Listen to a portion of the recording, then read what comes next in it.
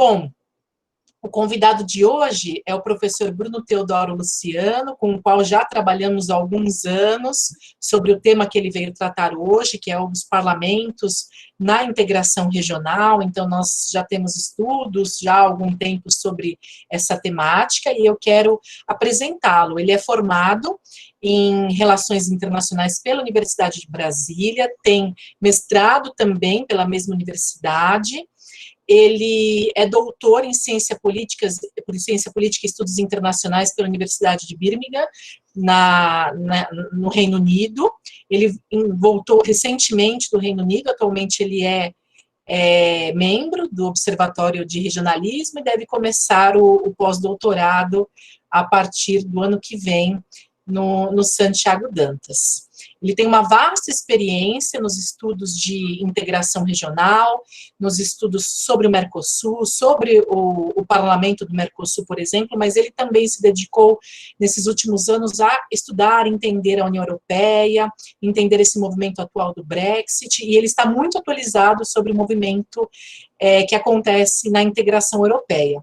Então, fica aí também a minha dica para que a gente aproveite essa bagagem do Bruno para tratarmos também da integração europeia, já que ele está com muitos estudos muito atuais sobre a integração.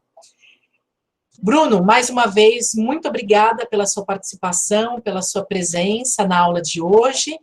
Bom, a ideia é que você tenha mais ou menos aproximadamente 1 hora para a sua exposição e depois faremos mais 1 hora para o debate. Muito obrigada. Boa tarde a todos. Obrigado, Regiane, pela gentil apresentação. Obrigado, Karina, também pelo convite, a todos do Observatório. Já trabalhava com a REP, com a Karina, com a Regiane já há muito tempo. Acho que até outro dia a gente estava conversando a respeito de conseguir lembrar que acho que já faz quase 10 anos que eu trabalho com a Karina e logo em seguida com a Regiane e, por consequência, com todos os membros do Observatório mais recentemente. É um prazer falar com vocês.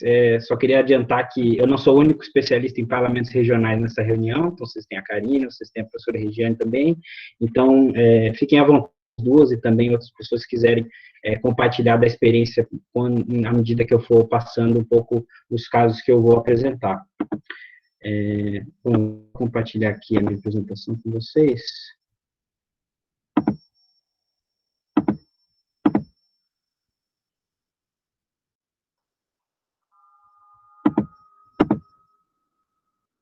Está compartilhando, Bruno. Tá. Você tinha compartilhado, agora você descompartilhou.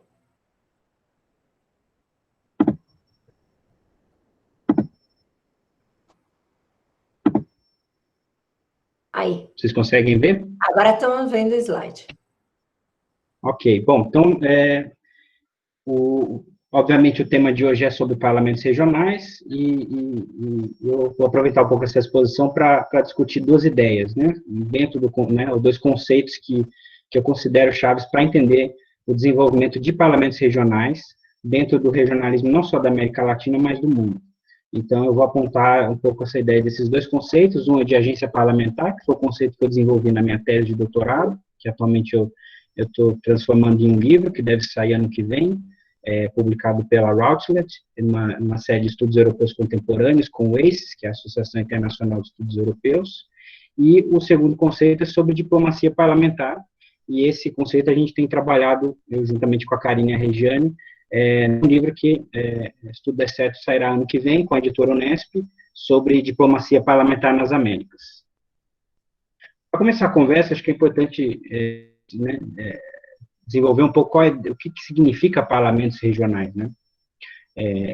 Porque, por exemplo, se vocês buscam no Google e tudo mais, o termo parlamentos regionais muitas vezes se refere, especialmente no caso da Europa, se refere a parlamentos de regiões ou atores subnacionais, como a Catalunha, como a Escócia, como Flandres, na Bélgica. Então, às vezes acontece uma confusão em termos de conceito. Mas quando eu falar em parlamentos regionais aqui, eu vou estar tratando de organizações, obviamente, mas com um escopo regional, bem no sentido que vocês trabalham na disciplina, né? Ou seja, que fazem parte de organizações regionais, normalmente, como a União Europeia, o Mercosul, a União Africana, a ASEAN, etc., ou muitas vezes são parlamentos de escopo regional, mas eles não fazem formalmente parte de organizações regionais, como é o caso do Palatino, né, que é o Parlamento Latino-Americano, que não está formalmente vinculado à CELAC, tampouco a nenhuma outra organização regional. Portanto, ele é uma assembleia regional, internacional, que é independente ou não tem nenhum vínculo com uma organização regional. Inclusive, até vai ser um pouco até mais fácil para mim, porque os casos que eu vou trabalhar aqui são casos que vocês já tiveram exposição anteriormente com outras palestras, né? Então, principalmente, eu vou falar dos 3 primeiros casos. O caso da União Europeia, que vocês já ouviram um pouco o Gustavo contando sobre os principais desafios da União Europeia, o Mercosul foi a primeira aula de vocês, a União Africana depois com a Clarissa Ribeiro. Então, eu vou tentar voltar a alguns desses casos, obviamente eu vou levantar pontos-chave sobre as características desses blocos, mas eu estou muito mais interessado nessa apresentação em discutir o papel dos parlamentos dentro dessas organizações, mais do que discutir as organizações em si. Nesse sentido, a literatura acadêmica ela tem buscado explicar o desenvolvimento desses parlamentares, ou desses parlamentos e da atuação desses parlamentares, muito mais no sentido de olhar os interesses e percepção dos atores governamentais. Então, normalmente, as perguntas que foram derivadas, tanto em estudo na Europa quanto fora da Europa, eram sempre olhando por que os governos nacionais decidiram construir um parlamento ou dar maiores competências a esses parlamentos ao longo do tempo, ou por que os governos decidiram marginalizar esses parlamentos do processo decisório. Um pouco a minha ideia na tese, um pouco que eu vou tentar trazer aqui na apresentação, é que essas perguntas elas são um pouco frágeis ou incompletas, né, porque elas deixam de olhar a agência dos parlamentares, ou dos agentes parlamentares, dentro desse processo. Então, o que eu vou tentar trazer aqui é um pouco uma narrativa que entende o desenvolvimento desses parlamentos também a partir da agência parlamentar desses agentes e também pela atuação da diplomacia parlamentar nesses parlamentos, que levou a um processo de parlamentarização regional. Obviamente, nós temos diversos níveis de parlamentarização regional, né? Você tem, e a gente vai discutir um pouco nos próximos slides, você tem o caso do Parlamento Europeu, um parlamento que tem que co-legisla com os Estados-membros em praticamente 90% das políticas europeias, enquanto ao redor do mundo você tem assembleias parlamentares que elas são normalmente caracterizadas como assembleias ou parlamentos consultivos, sem nenhum poder, de fato, de influência direta no processo decisório. Então, a apresentação hoje ela vai ter a estrutura, vou trabalhar com duas partes, né? A primeira parte tratando um pouco mais sobre os temas da minha tese, que é o livro que vai sair ano que vem, e o segundo, eu vou falar um pouco sobre o livro de Diplomacia Parlamentar, Perspectivas a partir das Américas, que é o livro que eu co-organizei com a professora Karine e a professora Regiane, que também deve sair no próximo ano com a editora Unesp. Começando pela tese, né, e aí a tese, o título central é Agência Parlamentar e Integração Regional, e o objetivo é justamente olhar o desenvolvimento institucional dos parlamentos, né, através de um estudo comparado entre casos na Europa, América Latina e África. E aí a pergunta central para mim é por que esses 3 casos alcançaram níveis de institucionalização diversos ao longo do tempo. E aí eu estou interessado não só em olhar explicações derivadas da lógica dos estados, mas também da lógica e das estratégias adotadas pelos parlamentares ao longo do tempo, que levaram ou não uma maior institucionalização desses parlamentos. Os estudos de casos que eu estudei especificamente para a tese, eu juntamente com a Karine Regiane estudou outros parlamentos também, principalmente o Parlamento Andino, mas aqui eu vou olhar um pouco para 3 casos específicos, né, o Parlamento Europeu, o Parlamento do Mercosul e o Parlamento Pan-Africano. E essa seleção de casos no contexto da tese foi muito mais vinculada a tentar olhar casos diversos em termos de nível institucional, então um caso com alto nível de institucionalização, um caso europeu, um caso com algum nível de institucionalização, que foi o caso do Mercosul, e um caso de muito pouco nível de institucionalização, que é o caso do Parlamento Pan-Africano. E o segundo critério foi a relevância política. Então, eu olhei para esses 3 continentes e tentei destacar qual seria, qual parlamento pertenceria a, digamos, a organização regional de maior relevância do ponto de vista econômico, geográfico, e também que englobe atores chaves dentro daquele continente, por esse motivo eu escolhi esses 3 casos, e acho que isso é interessante olhar, porque, por exemplo, no caso da América Latina, como no caso africano, existem vários parlamentos regionais, mas em termos dos membros e da expressão geográfica e econômica e política, esses 2 blocos são aqueles que, justamente porque o parlamento latino-americano não faz parte de uma organização de integração regional, então eu acabei selecionando o Mercosul nesse sentido. Essa análise que eu fiz para o livro ela levou em consideração 46 entrevistas que eu realizei em Bruxelas, né, com as instituições europeias, em Montevidéu, né, onde tem a sede do Mercosul, também do Palasul, e em Joanesburgo, onde fica, não a sede da União Africana, que fica em Addis Ababa, na Etiópia, mas fica a sede do Parlamento Pan-Africano. Depois eu volto a falar um pouco sobre essa questão das sedes, que é interessante também destacar as dificuldades quando você tem um parlamento que fica num país completamente distante da onde, de fato, as decisões regionais são tomadas. E, obviamente, também olhei documentos oficiais relevantes nos 3 casos, tanto documentos executivos quanto documentos parlamentares. Então, em termos da abordagem, ela é muito centrada no papel da agência parlamentar, que daqui a pouco eu já vou desenvolver o que significa esse conceito, e eu também levo muito, tenho bastante influência do institucionalismo histórico, que é uma abordagem particular do institucionalismo, que dá muita atenção, entre outros conceitos, ao conceito de path dependence, que é essa ideia de uma trajetória de instituições que se criam ao longo do tempo e que definem ou restringem ou estimulam escolhas ao longo do tempo, né? Então, decisões tomadas no passado afetam ou direcionam as decisões tomadas no futuro, ao mesmo tempo como um fator, digamos, corretor desse pressuposto de que existe muita inércia das instituições.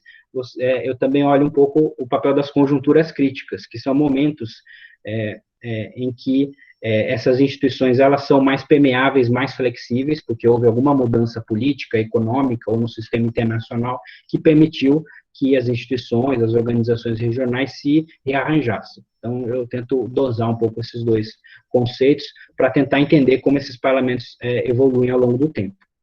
E, obviamente, eu também tenho uma preocupação muito grande em trazer a agência parlamentar aqui para essa conversa. Então, não só entender que as instituições elas são dependentes da sua trajetória, mas sim que os agentes, tanto governamentais quanto parlamentares, eles podem fazer a diferença ao longo do tempo, em termos de tanto manter as instituições do jeito que estão, quanto modificá-las a seu favor.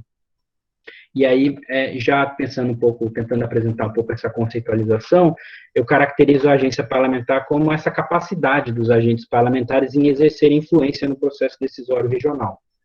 Então, a ideia de que o processo decisório regional, dessas organizações regionais, ela não é só decidida pelos Estados-membros, ou muitas vezes pela Comissão Europeia, ou outros atores regionais supranacionais, mas também que tem uma participação, embora limitada, embora muito complicada, e nós vamos apontar os desafios mais ao final, mas existe uma capacidade real desses agentes de exercerem alguma influência. Então, eu tento olhar para isso ao longo do tempo, dividindo entre 2 dimensões, uma dimensão que eu chamo externa, né, que ela vem do contexto regional, em que esses parlamentos estão inseridos, e uma dimensão interna, que tem muito mais a ver com a mobilização dos agentes parlamentares. Quando eu falo em agentes parlamentares, eu não estou só falando de parlamentares em si, eu também estou falando de oficiais desses parlamentos, atores políticos, por exemplo, funcionários dos grupos políticos europeus, que a gente vai falar um pouquinho mais para frente, mas também funcionários políticos dos partidos políticos de alguns países chaves que, pela sua influência política e o seu papel técnico, muitas vezes eles tiveram alguma participação em momentos decisivos na história desses parlamentos. Então, a partir dessas 2 dimensões, eu simplesmente desenvolvi uma matriz muito simples, né, que eu desenvolvo uma tipologia da agência parlamentar, em que, né, quando na dimensão externa esses agentes são estimulados pelo contexto que eles se incluem e internamente eles se definem ou eles se caracterizam como proativos, né, isso vai levar com que a gente observe uma agência parlamentar muito alta ao longo do tempo. Quando a dimensão externa ela estimula os agentes a a terem mais uma maior participação no processo. Mas os próprios agentes não estão muito interessados ou mobilizados em aproveitar esse contexto, então a gente tem uma agência parlamentar reduzida em comparação ao primeiro cenário. Ao mesmo tempo, no cenário seguinte, também temos o que eu chamo de uma agência parlamentar média, quando você tem um contexto que restringe esses parlamentares, mas mesmo assim você tem uma agência, uma mobilização importante desses parlamentares ao longo do tempo. O último cenário, que é o cenário de baixa agência parlamentar, é quando encontramos tanto a dimensão externa quanto a dimensão interna, de fato, restringindo o papel desses parlamentos, né? Então, tanto o contexto restringe a atuação dos parlamentares, quanto os parlamentares são tímidos, ou seja, buscam um pouco, ou de modo muito escasso, uma maior influência no processo decisório. Então, essa é um pouco a ideia que eu vou tentar aplicar nos 3 casos que eu vou apresentar brevemente.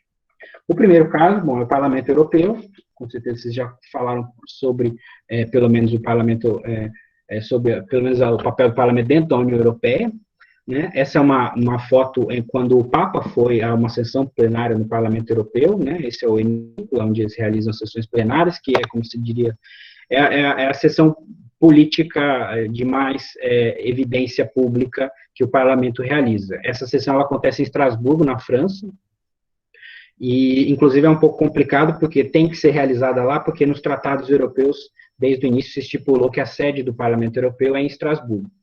O Parlamento, e aí também mostra um pouco essa agência parlamentar, ao longo do tempo eles buscaram, entendendo que em Bruxelas, que é onde a comissão está baseada, onde a maioria das reuniões dos Estados-membros são organizadas, de fato, a capital europeia, onde as decisões da União Europeia são tomadas, o Parlamento Europeu cada vez mais atua em Bruxelas, na sua sede em Bruxelas, as comissões são todas realizadas ali, as audiências, à exceção de uma sessão plenária ao mês que tem que ser realizada em Estrasburgo, na França, porque está no tratado, né? E os presidentes franceses, historicamente, nunca deixaram que mudasse esse tratado, muito embora, esse artigo do tratado, muito embora os próprios parlamentares consideram que é um problema e atrapalha, inclusive, o papel dos parlamentares por haver um pouco essa diferença de países onde os parlamentos se encontram e a comissão e os outros órgãos se encontram.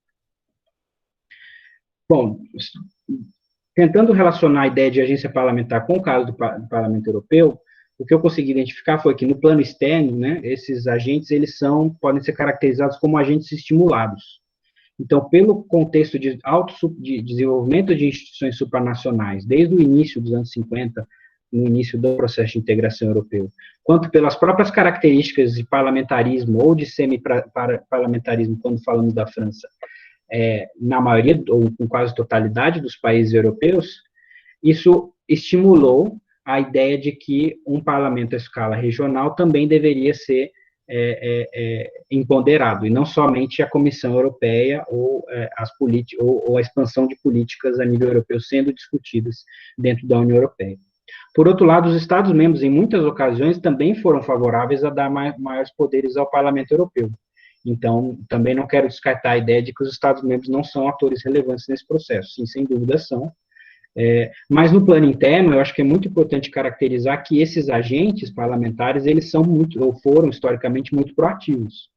Então, principalmente através dos grupos políticos transnacionais, através de comissões especializadas que o parlamento organiza, nas suas primeiras décadas, a Comissão de Assuntos Políticos, depois, ao longo dos anos 70, quando o parlamento alcança competências no orçamento, a Comissão de Assuntos Orçamentários, e desde os anos 90, uma comissão chamada de Assuntos Constitucionais, onde o parlamento discute entre si, através dos grupos políticos e de seus representantes, mudanças, reformas nos tratados europeus, e pressiona os demais órgãos da União Europeia a um pouco aceitarem essas demandas e, obviamente, entre elas, sempre está presente a ideia de que o Parlamento Europeu deve, a cada reforma, se tornar cada vez mais poderoso.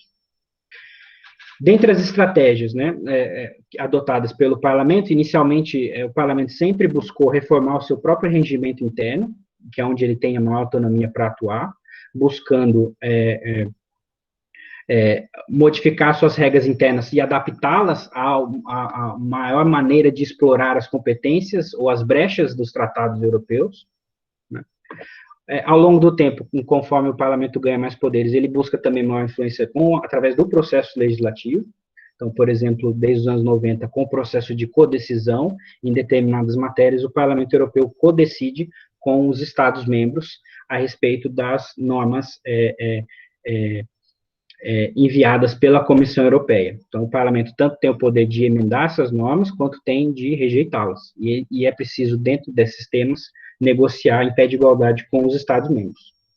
E também, mais recentemente, ao longo dos anos 2000, o Parlamento começou a se tornar muito mais influente na negociação das reformas dos tratados europeus, e particularmente a Convenção Europeia, nos anos 2000, que foi o momento em que a União Europeia tentou construir uma Constituição, foi um momento em que os parlamentares europeus participaram diretamente das reuniões. Então, não só eles ficaram pressionando de fora os Estados-membros a cederem poderes, mas os parlamentares europeus, seus representantes, participaram diretamente desse processo. Então, acho que isso é importante destacar como, ao longo do tempo, mudam as estratégias justamente pelas as novas conjunturas críticas analisadas.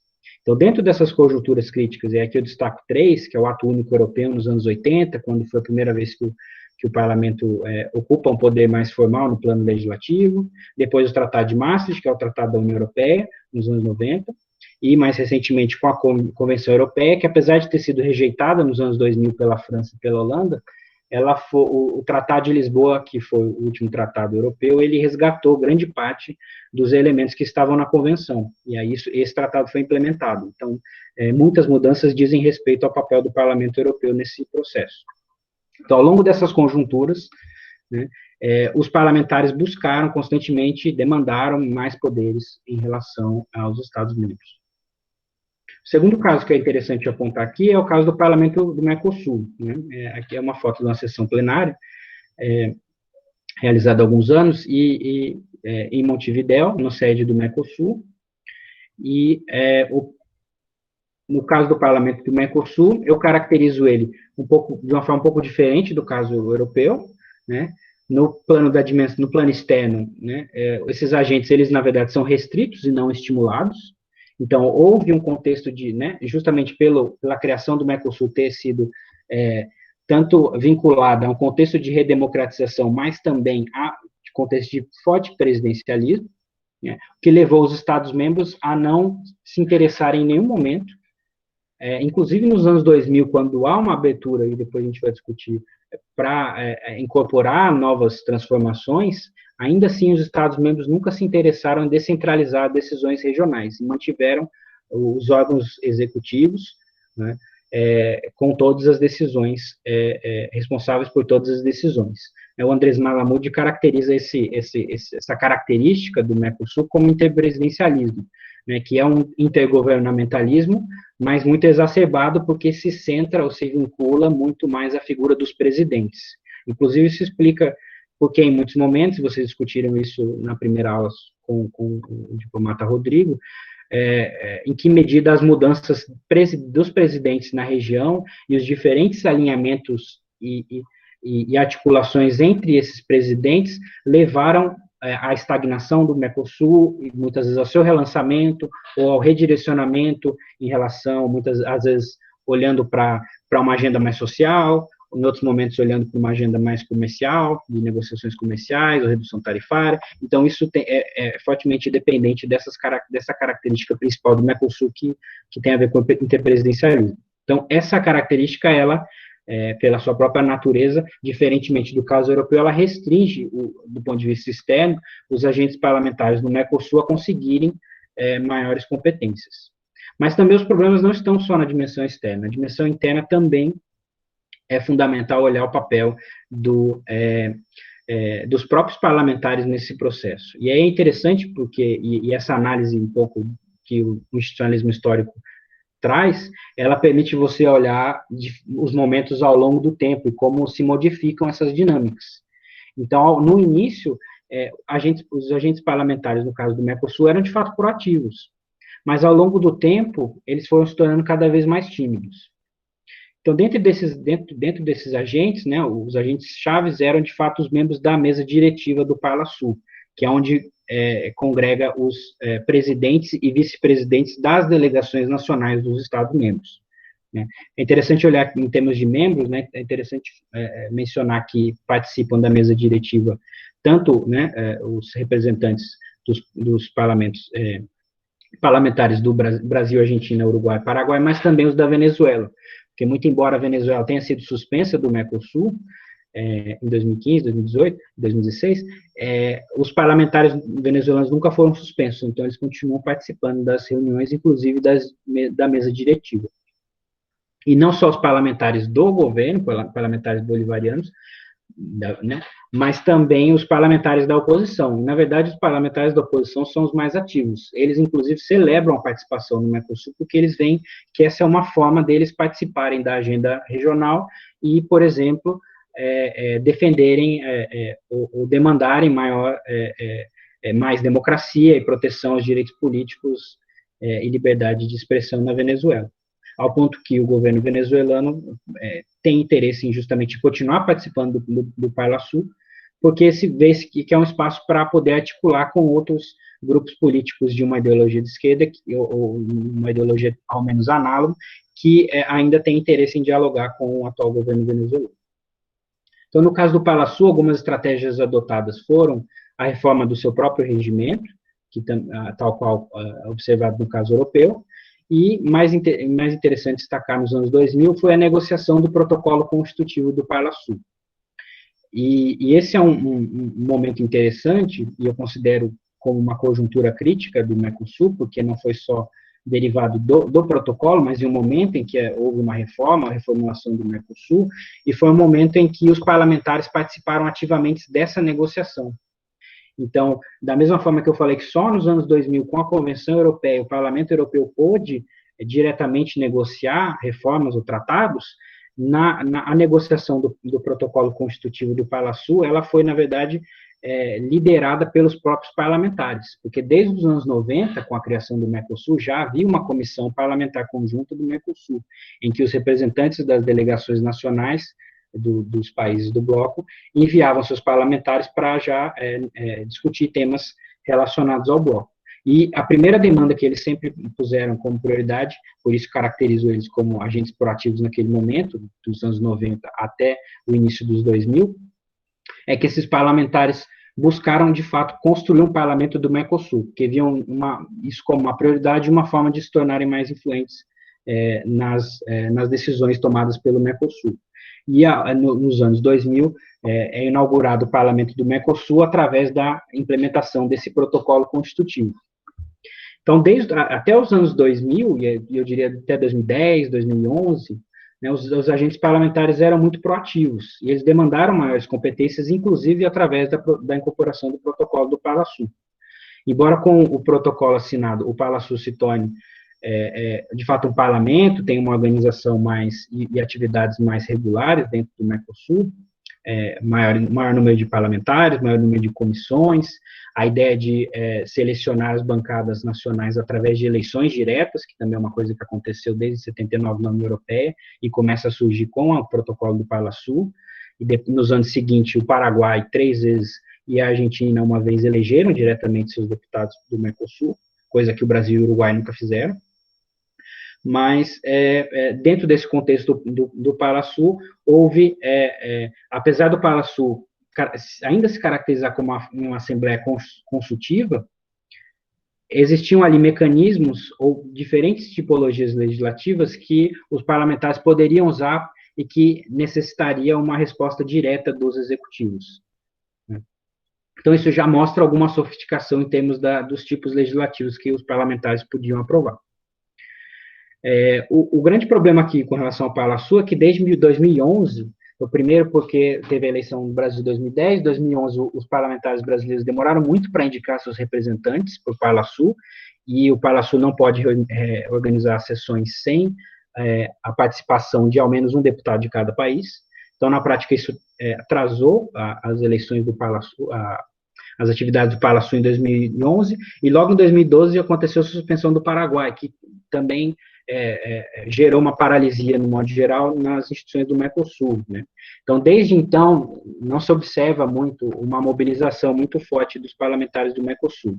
Nos últimos anos, eles voltaram a fazer reuniões todo mês, inclusive quando, no contexto que a Venezuela foi suspensa e todo esse processo, o Parlasul se manteve muito ativo, mas eles deixaram de se mobilizar em termos de buscar maiores poderes dentro do processo decisório regional, que isso era uma coisa que eles faziam desde os anos 90 e início dos 2000, e desde 2011 não tem mais feito isso. Tem buscado, e aí eu volto depois desse ponto, a trabalhar muito mais com iniciativas de diplomacia parlamentar, ou discutir, por exemplo, a situação de direitos humanos da Venezuela, ou de alguns países do bloco, né, acompanhar as eleições realizadas nos Estados-membros, mas todas essas atividades, embora sejam muito importantes, elas têm uma capacidade muito reduzida de ajudar os parlamentares a aumentarem seus poderes dentro do processo decisório. Por isso que eu entendo que, nesse momento, o Parlasul passou a ser considerado como contendo uma agência muito tímida. E isso dificulta a busca por maiores poderes desse parlamento. O terceiro caso é o Parlamento Pan-Africano, que é o Parlamento da União Africana, que foi criado também nos anos 2000.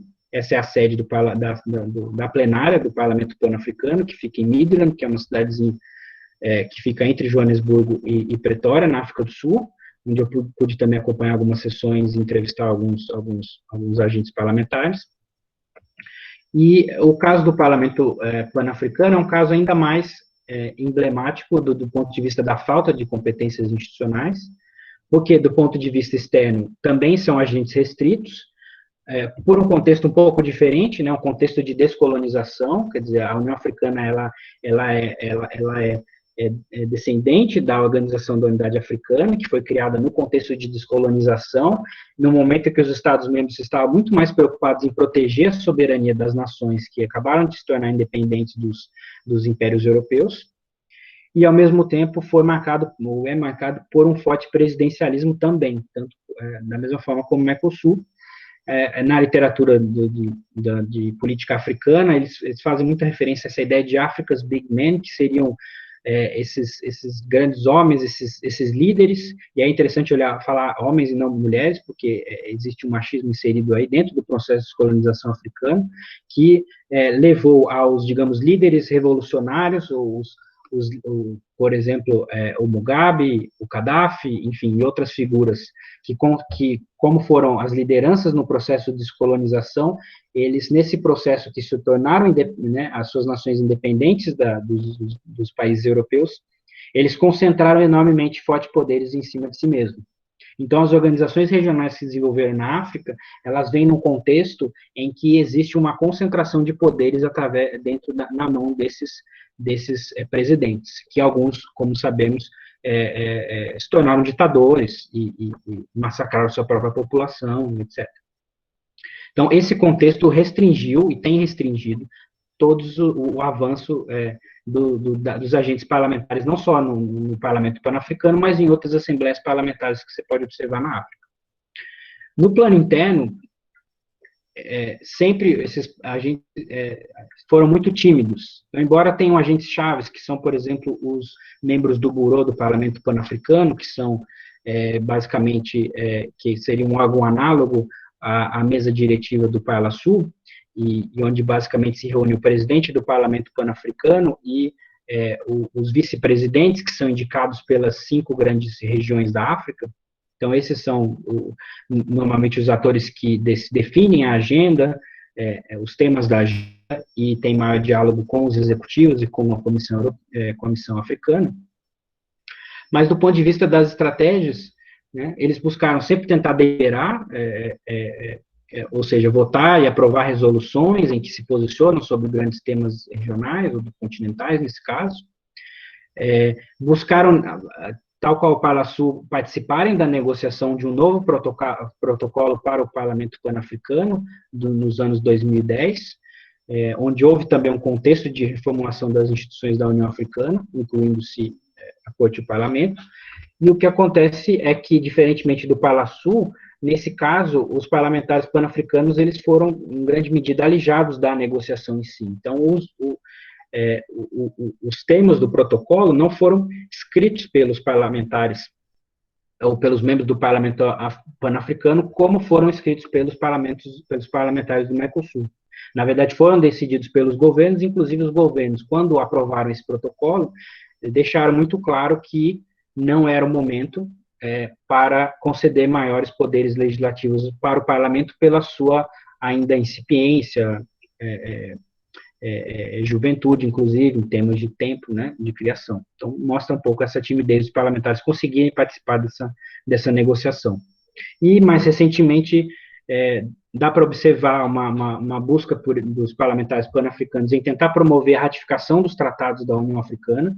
Esse é um dos grandes desafios da União Africana atualmente, a implementação daquilo que é acordado pelos chefes de Estado nas cúpulas. Então, as declarações e mesmo os tratados da União Africana são muito ambiciosos do ponto de vista retórico, mas do ponto de vista prático, eles não criam instituições efetivas e eficientes para, de fato, desenvolver a integração continental. E o que acontece é como os tratados muitas vezes não são ratificados, ou os documentos, como o protocolo novo do Parlamento Pan-Africano, que ainda pende de alguma ratificação de vários países, isso na prática impede qualquer avanço efetivo do regionalismo na União Africana. Então, alguns autores, por exemplo, caracterizam o regionalismo africano como um regionalismo retórico, ou seja, as discussões sempre ficam no plano retórico, mas elas nunca chegam no ponto de vista prático, que é quando há a construção de políticas públicas regionais ou continentais, nesse caso. Do ponto de vista interno, é importante também destacar que o parlamento, assim como vários órgãos da União Africana, eles sofrem constrangimentos financeiros e pessoais. Então, algumas entrevistas que eu fiz indicavam que os parlamentares não faziam muitas coisas, pois não tinham dinheiro para fazer aquelas coisas. Não tinham dinheiro porque a contribuição dos países é muito baixa, poucos países, na verdade, que contribuem de fato, e as organizações da União Africana são muito dependentes de doadores externos, principalmente europeus, e muitas vezes também das Nações Unidas. Isso faz com que a agenda desses doadores tenha que ser seguida, e muitas vezes não é o caso que essa seja a agenda que os parlamentares pan-africanos queiram se mobilizar para atuar. Então, essa discrepância entre o financiamento e a mobilização política para agendas que são consideradas prioritárias também tem facilitado a ideia de que a caracterização do parlamento pan-africano como um parlamento tímido. Já para fechar um pouco essa ideia da tese, eu queria também apontar aqui uma comparação, né? Quer dizer, olhando essa dimensão externa, essas duas dimensões, externa e interna, do parlamento pan-africano, tentando compará-las e ajustar no contexto de cada um desses parlamentos ao longo do tempo, né, esse quadro um pouco tenta resumir em que medida a gente pode ver, né, então, retomando um pouco lá a tipologia dos primeiros slides, em que medida a gente pode ver variação em termos da dimensão externa e dimensão interna ao longo do tempo, e como isso se associa à ideia de agência parlamentar, que leva à parlamentarização regional. Então, uma alta agência parlamentar, no caso do Parlamento Europeu, ela levou a uma alta parlamentarização regional. Então, o Parlamento Europeu é um ator decisivo hoje, não era quando surgiu, mas hoje é um ator fundamental do ponto de vista do processo decisório. O Parlasul teve, no seu primeiro momento, uma agência parlamentar interessante, mais restrita que o Parlamento Europeu, pela sua dimensão externa, mas, mesmo assim, possibilitou esse parlamento a desenvolver ou se sofisticar em termos de algumas competências e configurações que adotou nos anos 2000. Mas, desde então, essa agência parlamentar se reduziu e, hoje em dia, é muito óbvio dizer que, né, o Parlasul ele se configura como uma assembleia consultiva e não tem muitas perspectivas de se tornar um agente mais poderoso no contexto do Mercosul. No caso do Parlamento Africano, como tanto suas dimensões externas quanto internas foram muito negativas do ponto de vista de facilitar o desenvolvimento de uma agência parlamentar mais relevante, isso levou, na prática, a que esse parlamento nunca tenha tido uma oportunidade de se desenvolver e se tornar mais influente dentro do contexto pan-africano. A questão da dimensão externa pouco reforça essa ideia de path dependence, ou seja, reparem que ao longo do tempo, e eu olhei vários episódios, várias décadas nos 3 casos, essa dimensão externa ela meio que se mantém constante, né? Esses parlamentos são ou historicamente estimulados ou historicamente restringidos a alcançarem maiores poderes. A dimensão interna, justamente por ser dependente da própria agência da agência dos parlamentares, ela tem essa possibilidade de variar. Então, uma vez que os parlamentares se desmobilizam, eles deixam de se tornar proativos e se tornam mais tímidos, que foi o caso que aconteceu no Palasul. Então, é interessante olhar que, ao longo do tempo, o Palasul, ele muda a sua atuação no sentido de buscar maiores poderes no processo decisório. Bom, finalizando essa parte, já para pular um pouco para a ideia de agência parlamentar, queria apontar aqui algumas contribuições, né? Então, é interessante olhar aqui, do ponto de vista conceitual, tentar olhar um pouco para essa dimensão da agência parlamentar, do ponto de vista histórico, uma forma de entender os parlamentos regionais. A conceitualização da agência parlamentar, por si só, é uma contribuição conceitual interessante. Do ponto de vista metodológico, é uma comparação contextualizada entre regiões, 3 diferentes regiões do mundo. Então, essa é um chamado que muitos autores têm feito para tentar olhar para outras regiões, comparar regiões, e isso pode trazer lições interessantes para entender o regionalismo ou as transformações do regionalismo a nível global. Essa comparação, ela não só olhou o caso da União Europeia, que é sempre o caso mais estudado, mas eu busquei também olhar outros parlamentos regionais do sul global. Então, isso é uma coisa que os acadêmicos precisam fazer mais, comparar parlamentos regionais entre experiências do sul global, né? Então, não só olhar o que acontece nos diversos blocos da América Latina entre si, mas pensar como as experiências latino-americanas se relacionam ou não com o regionalismo na África, no Oriente Médio, no Sudeste Asiático, na Ásia-Pacífico, que tem chamado muita atenção nesse momento. E, através dessas comparações, a gente consegue, ou existe um potencial de generalização para outros casos. Então, eu olhei 3 casos específicos, mas, em tese, essa ideia de agência parlamentar, ela pode ser útil para entender o desenvolvimento de outros parlamentos regionais na África, na América Latina, ou mesmo na ASEAN, que tem uma Assembleia Interparlamentar também. E, do ponto de vista empírico, esses parlamentos são muito pouco estudados, a exceção é o Parlamento Europeu, que existe uma vasta rede de estudos das várias dimensões ou características do parlamento. Na América Latina existem estudos importantes, mas ainda é pouco. E no caso da África, são completamente escassos. Normalmente os artigos que encontram são de funcionários ou ex-funcionários desses parlamentos, e aí não é muito acadêmico, né? É um pouco esses agentes tentando um pouco vender o peixe do seu próprio parlamento e tentar dizer que os parlamentos têm alguma importância e não analisando criticamente essas instituições. E, do ponto de vista empírico, eu tentei buscar novas informações, documentos que não tinham sido analisados, principalmente no caso da África, e também fazer entrevistas em primeira mão com esses atores, para poder ter essa aproximação com as dinâmicas que, de fato, acontecem ali no dia a dia da atividade dessas instituições, e que essas dinâmicas que, de fato, formatam e transformam os processos de integração regional. Bom, vou passar brevemente, antes de, acho que eu tenho uns 10 minutos, né?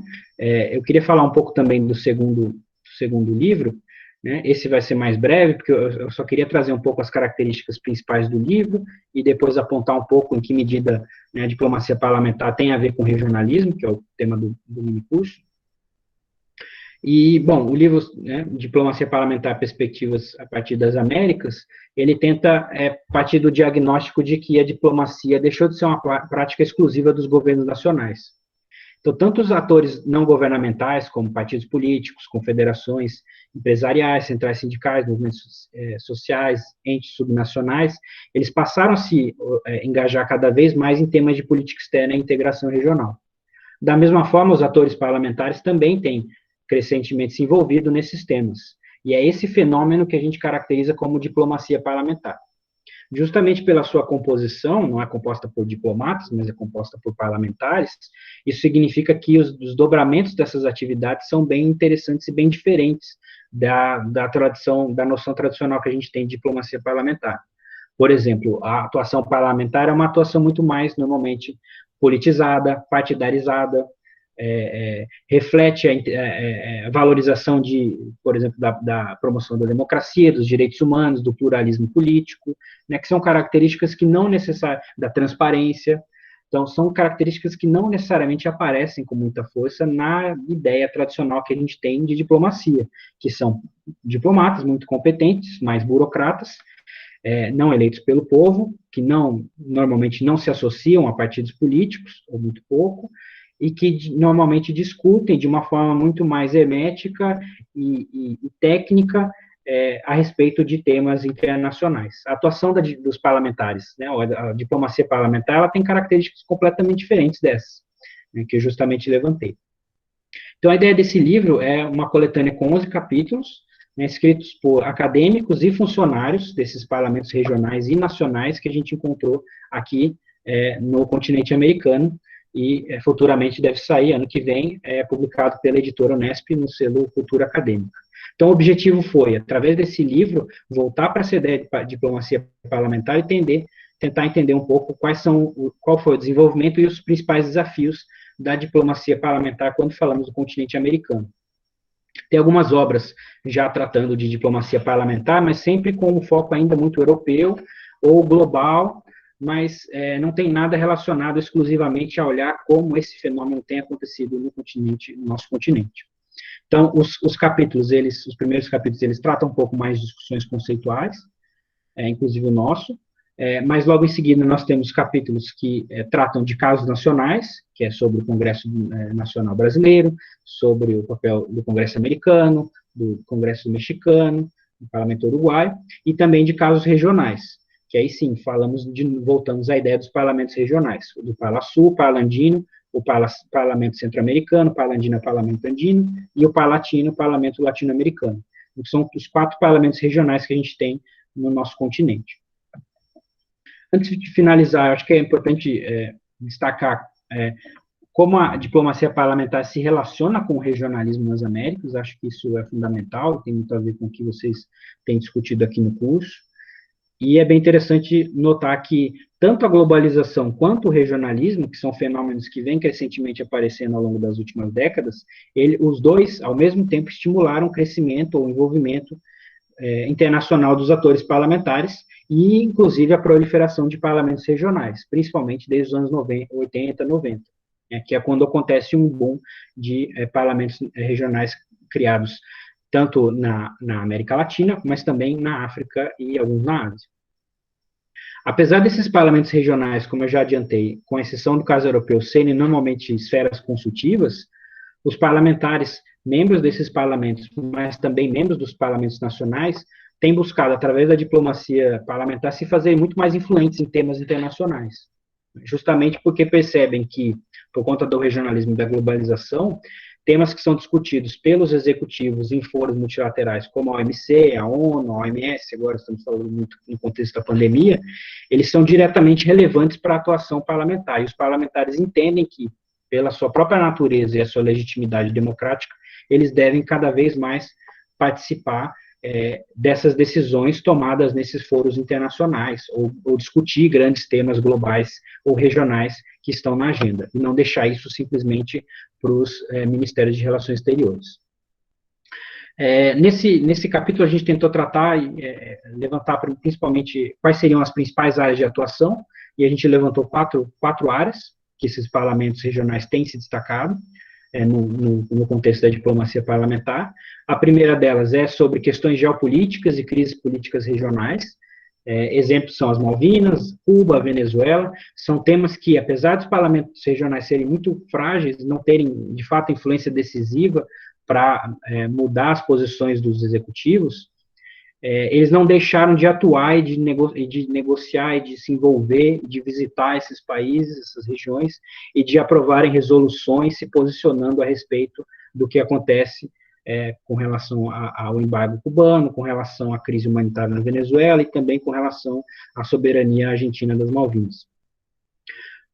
Os parlamentares também têm usado os parlamentos regionais para discutir grandes temas globais, multilaterais. por exemplo, os Objetivos de Desenvolvimento Sustentável da ONU, para discutir agora a pandemia, obviamente, mas antes disso até as mudanças, a questão das mudanças climáticas.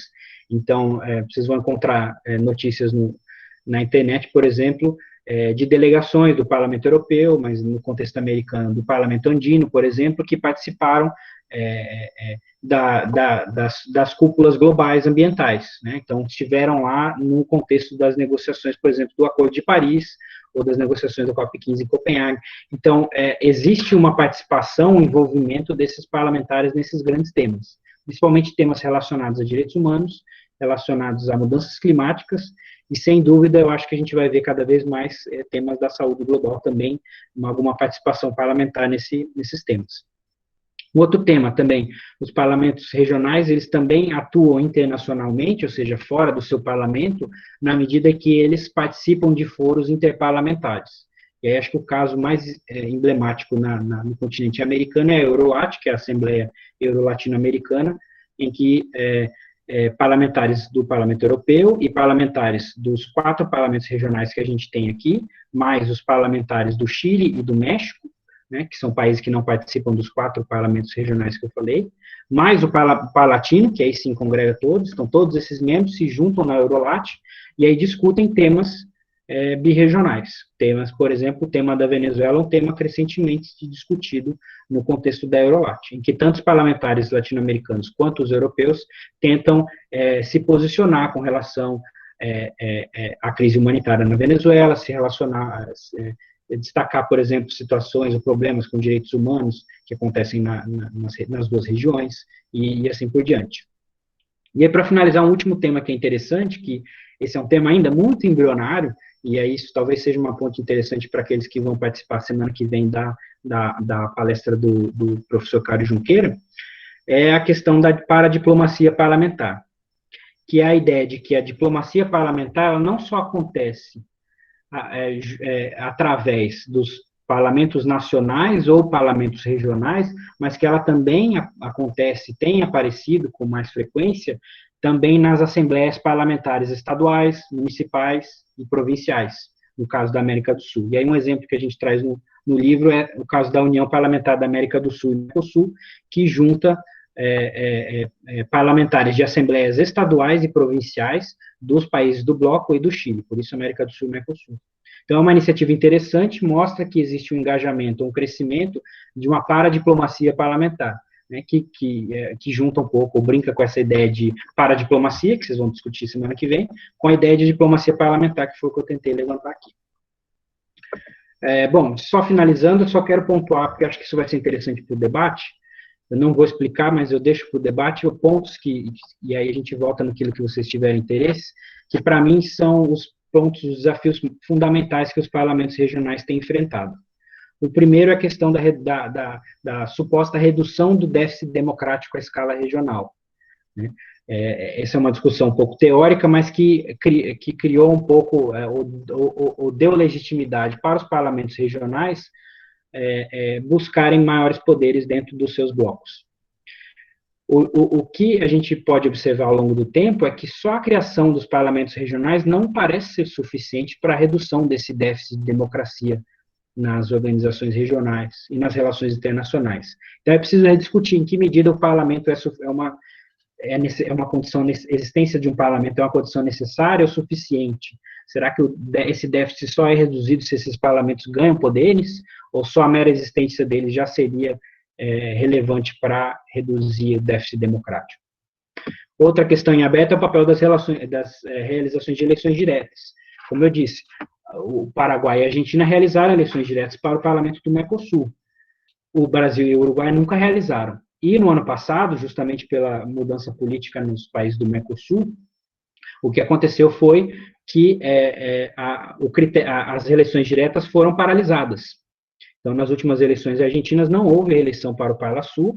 O parlamento paraguaio já aprovou o retorno ao critério de eleição indireta para a escolha dos parlamentos nacionais, dos parlamentares que participam do Parlasul, ou seja, há um regresso, há uma destruição de uma instituição regional que já existia, que era a eleição direta para o Parlasul, que já vinha sendo parcialmente implementada, mas que foi, através dessa declaração dos chanceleres do bloco, e também existe uma questão jurídica por trás disso, porque foi uma declaração de chanceleres que, na prática, interrompeu a implementação de um protocolo, que é o protocolo do Parlasul. E o protocolo do Parlasul, ele é, na prática, um tratado internacional, ele foi ratificado pelos 4 Estados-membros, e foi negociado pelos Estados. Então, do ponto de vista do direito internacional, também é um pouco complicado, porque os chanceleres não têm legitimidade para paralisar um tratado que já vem sendo em execução. Talvez isso deveria passar novamente pelos congressos nacionais. Então, essa é uma discussão que alguns críticos dessa medida têm levantado. Esses parlamentos regionais, eles precisam discutir em que medida eles podem desenvolver uma maior conexão com os executivos nacionais, já que os congressos nacionais são aqueles que têm mais poderes em relação à ratificação de tratados internacionais ou maiores competências para a fiscalização dos executivos. Então, é preciso discutir qual é a relação, quais os laços que os parlamentos regionais devem manter com os congressos nacionais. Obviamente, a maior conexão com os executivos nacionais. Simplesmente criar um parlamento nacional não é relevante se os parlamentos não conseguem dialogar com as chancelarias. Então, esse é um aspecto fundamental e que, por exemplo, no caso do Mercosul, carece muito, no caso do Parlamento Pan-Africano também, né? O fato, por exemplo, do Parlamento Pan-Africano ficar na África do Sul, ou seja, no extremo sul do continente, e a sede da União Africana ficar na Etiópia, ou seja, do outro lado do continente, um continente gigante, também dificulta muito essa conexão com os executivos nacionais. Outro ponto em relação aos grupos políticos transnacionais, é interessante observar esse desenvolvimento, que é um desenvolvimento bem difícil, fora do caso europeu. O Parlasul desenvolveu 2 grupos políticos transnacionais, mas eles ainda são muito incipientes. Mas pode ser uma alternativa para a construção de uma interação ideológica transnacional que deixa de seguir a lógica da representação meramente nacional e passa a ter um olhar transnacional, regional, mercosulino, o que quer que seja, a respeito de temas da região. A capacidade de influência no processo decisório, sem dúvida, é um dos principais obstáculos para a relevância desses parlamentos regionais. Um tema recentemente que eu tenho estudado, enfim, é o papel dos parlamentos regionais nas negociações comerciais. Então, é um tema que a gente vai ver provavelmente no próximo ano com mais relevância, né? Em que medida os parlamentos regionais vão poder ter alguma influência na implementação, ratificação do acordo Mercosul-União Europeia, né? Tanto o Parlamento Europeu, no caso da União Europeia, quanto o Parlamento do Mercosul, no caso do Mercosul, em que medida eles vão ter ou não alguma relevância na implementação do acordo, numa possível rejeição. A gente vê que esse acordo é muito polarizado, né? E, finalmente, um ponto fundamental é preciso discutir a relação desses parlamentos com os seus cidadãos. Existe um forte desconhecimento dos cidadãos com relação aos parlamentos regionais, aos seus parlamentos, e também existe um grande ceticismo da população com relação à classe política, e isso diretamente afeta a atuação parlamentar. Então, normalmente, as pesquisas de opinião apontam que os congressos nacionais são aqueles que são mais criticados pela população, que veem o Congresso como uma instituição criada para estimular a corrupção, não resolver problemas públicos. E, automaticamente, os parlamentos regionais, eles também têm que lidar com esse ceticismo que vem sendo também associado a eles. Então, esses são problemas, né, que eu listei, que a gente pode conversar depois no debate, mas que me parecem os maiores desafios para os parlamentos regionais nos próximos anos. Bom, muito obrigado, desculpe se eu estendi um pouco, e eu fico aberto a questões, comentários, enfim, a impressão de vocês. Muito obrigado, Regiane e Karina.